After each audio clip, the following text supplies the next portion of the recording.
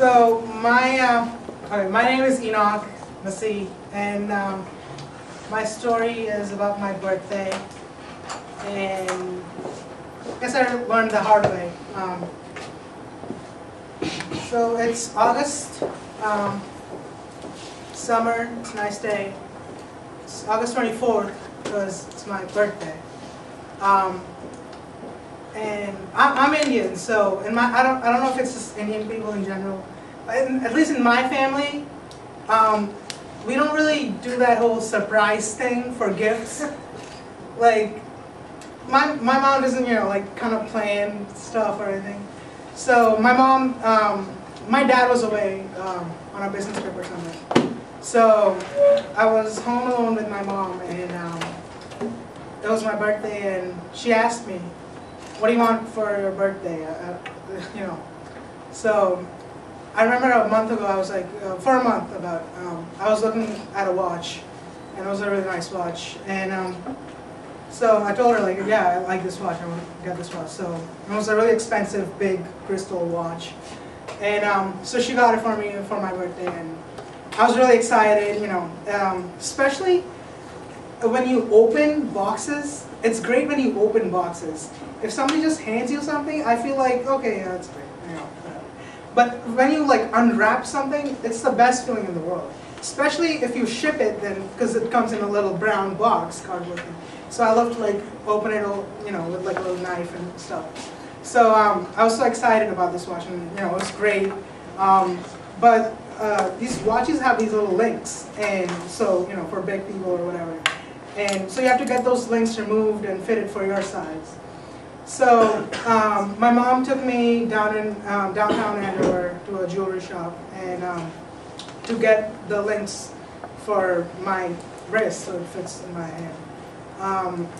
And so I remember walking in, squeaky little wooden door, the floor, and there was this old guy, and he was sort of skinny and with like shaky hands, some sort of heart disease or something. And so, he's like, oh yeah, so I love this watch, right? That's a very good watch, So he's like, okay, yeah, I'll get it fit to your hand. And so he goes in the back, he's doing his thing, and 20 minutes later, I hear a huge like thump. And so I sort of just avoided, just looking at all the jewelry, in the shop. So I was, wandering around in the shop. He's in the back doing his stuff.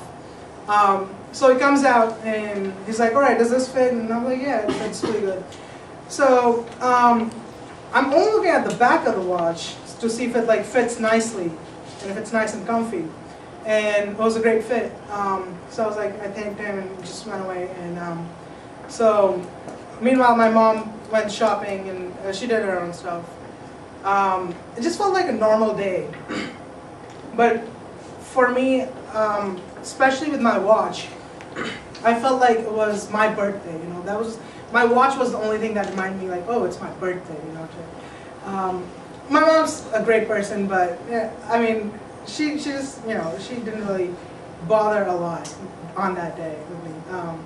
So she took me back to my house, and I remember I was stepping up to my door to open the door, and I looked at my watch, and a huge part of the crystal was just chipped off. And so this is a dive watch. It's good for 660 feet underwater, and the only thing that holds that is the little crystal. So it's not really easy to break that crystal. So my mom's like, all right, we have to go back and see what happens. All right, and so the old guy was, we go up to him, and he's like, oh my God, it's horrible. It's like, oh. So he put on a little act, but then he was too eager to take the blame for it. He was like, but I only work on the back, I didn't really do anything to the watch, but I'll get it fixed for you. He was very eager to do it, so clearly know it was him. So we got it fixed.